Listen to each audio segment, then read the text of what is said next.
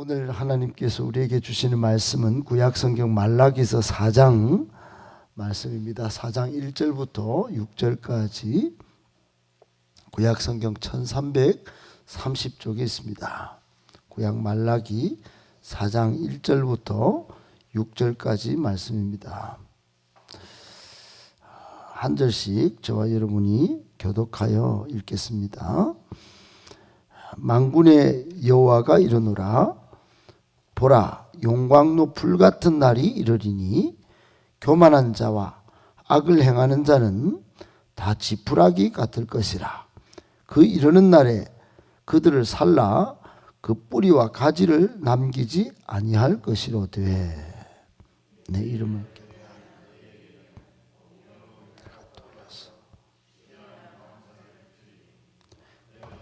여기서 송아지같이 되리라. 또 너희가 악인을 밟을 것이니 그들이 내가 정한 날에 너희 발바닥 밑에 재와 같으리라. 만군의 여호와의 말이니라.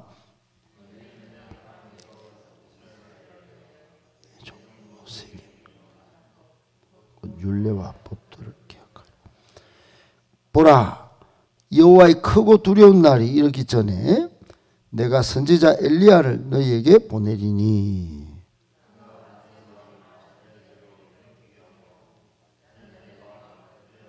아버지에게 돌이키게 하리라. 돌이키지 아니하면 두렵건대 내가 와서 저주로 그 땅을 칠까 하노라 하시니라. 아멘. 할렐루야. 하나님께서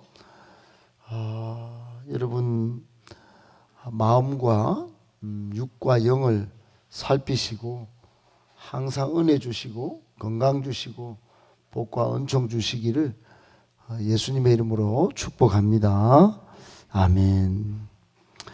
오늘 말씀을 세 가지로 정리해서 묵상하고 이 말씀을 붙들고 기도하겠습니다. 첫 번째, 이제는 마지막 날이 불심판의 날입니다.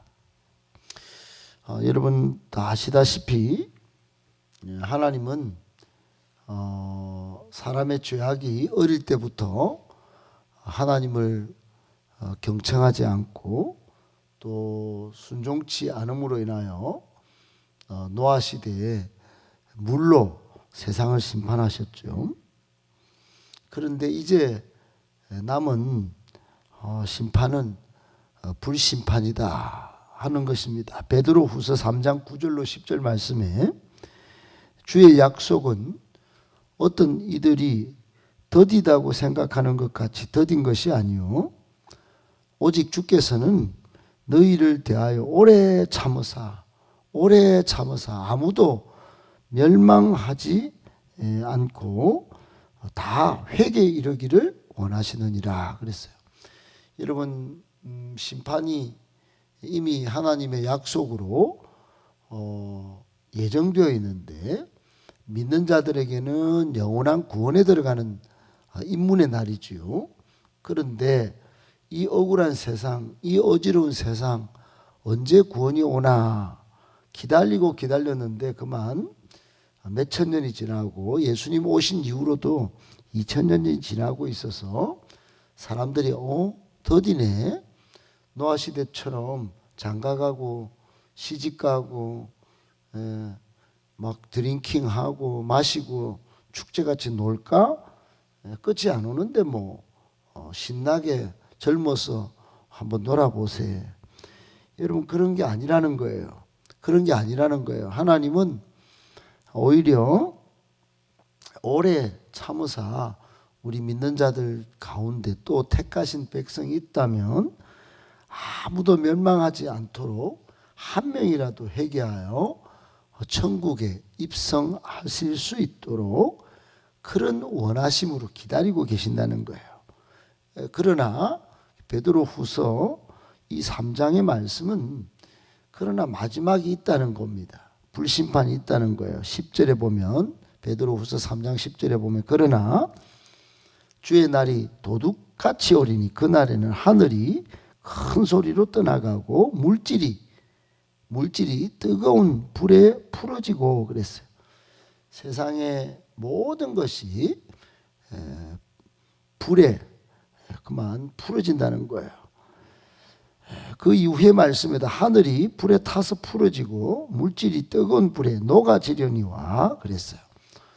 오늘 말라기서의 예언은 어떻게 되어 있나? 1절에 용광로 불 같은 날이 그 날이 될 것이라고 말씀합니다.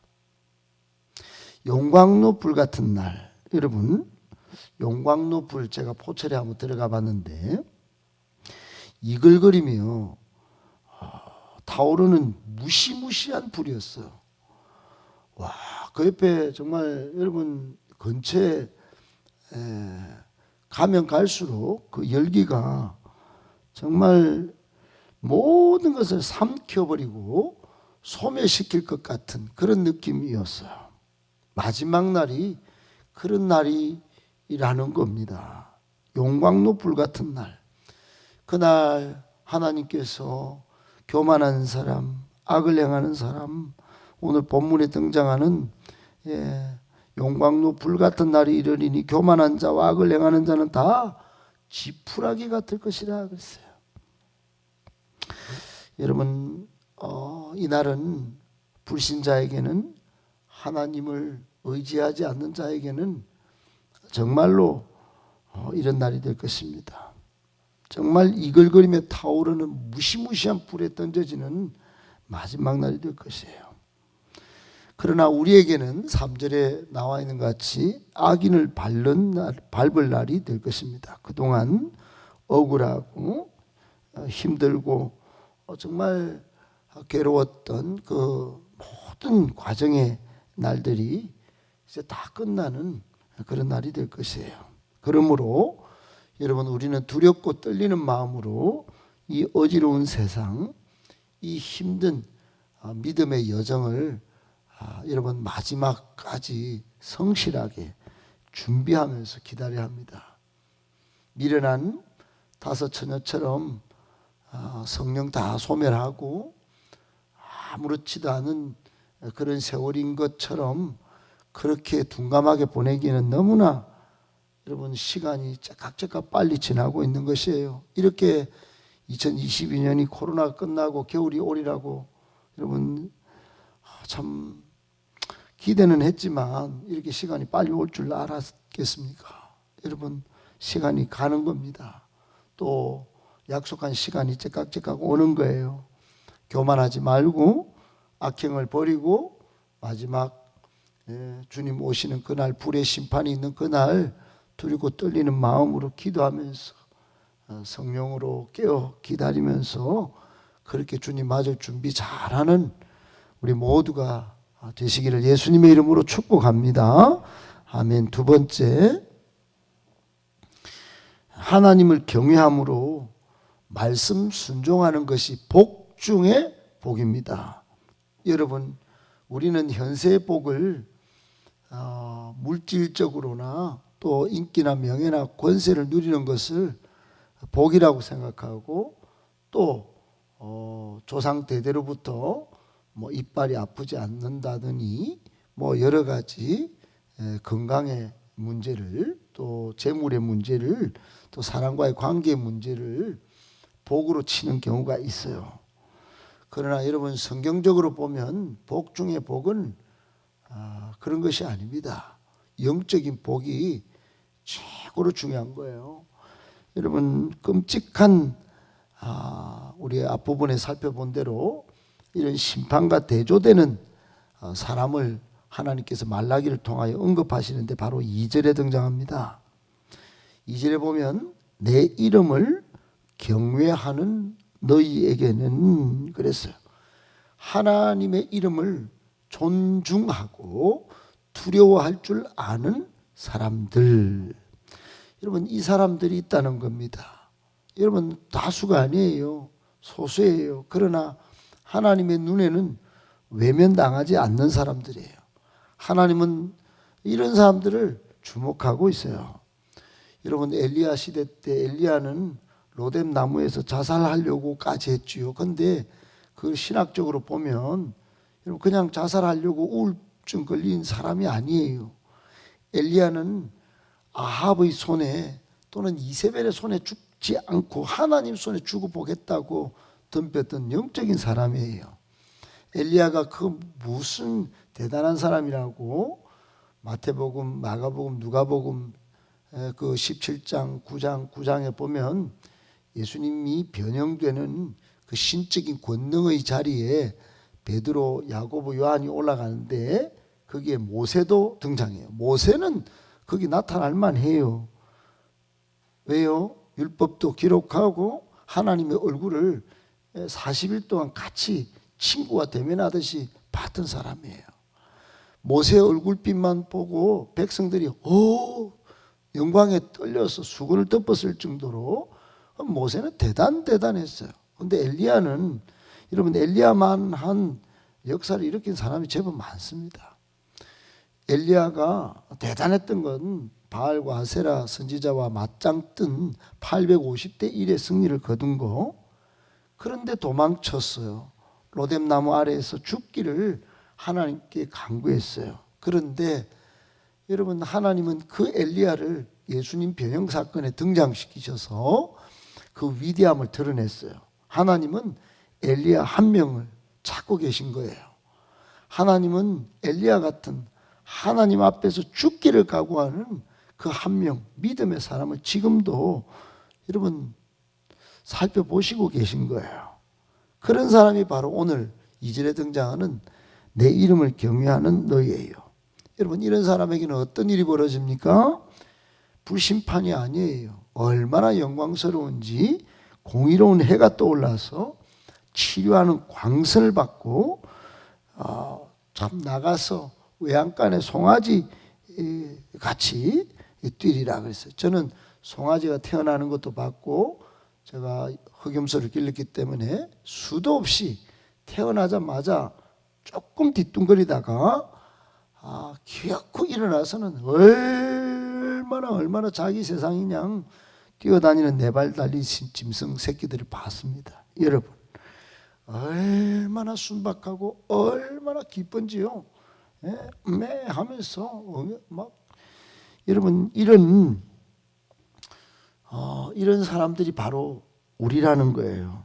하나님을 경외하고 말씀 순종하는 사람들, 이런 사람들이 느끼는 지복은 여러분 세상의 어떤 복과 비교할 수 없는 거예요. 한마디로 여기서 중요한 단어는 공의입니다. 공의. 악한 자들과 달리 의롭고 하나님을 존중할 줄 알고 하나님을 두렵게 생각할 줄 아는 사람들, 이런 사람들은 공의로운 빛이 계속 따라붙는 거예요. 또 한 가지 악한 자를 바른다 그랬어요. 눈물, 슬픔, 괴로움, 억울함, 상처, 이 부조리가 많고 불법의 세상에서 기어코 이런 사람들이 승리한다는 겁니다. 여러분, 그러므로 우리에게 주는 교훈이 뭘까요? 세상 복 따지지 말고 세상 복 때문에 눈물 흘리지 말고 쓰라리지 말고 여러분 하나님을 경외하여 말씀 순종함으로 얻는 복 중에 복을 기뻐하시고 그 복이 있다면 여러분 만족할 줄 아시고 하나님 말씀대로 순종하며 살아가는 그 길을 선택하시기를 축복합니다. 잠언 1장 7절에 보면 여호와를 경외하는 것이 지혜의 근본이라 그랬어요. 여러분 하나님을 경외하는 거 이게 보통 일이 아닙니다. 지혜의 근본이에요. 세상 모든 지혜를 모아 쌓아도 여호와를 경외하는 것 일과 견줄 수 없다는 것입니다. 꼭 기억하시고 하나님을 경외하며 말씀 순종함으로 복 중에 복 받는 우리 모두가 되시기를 예수님의 이름으로 축복합니다. 아멘. 마지막 세 번째, 하나님 아버지의 마음을 가져야 합니다.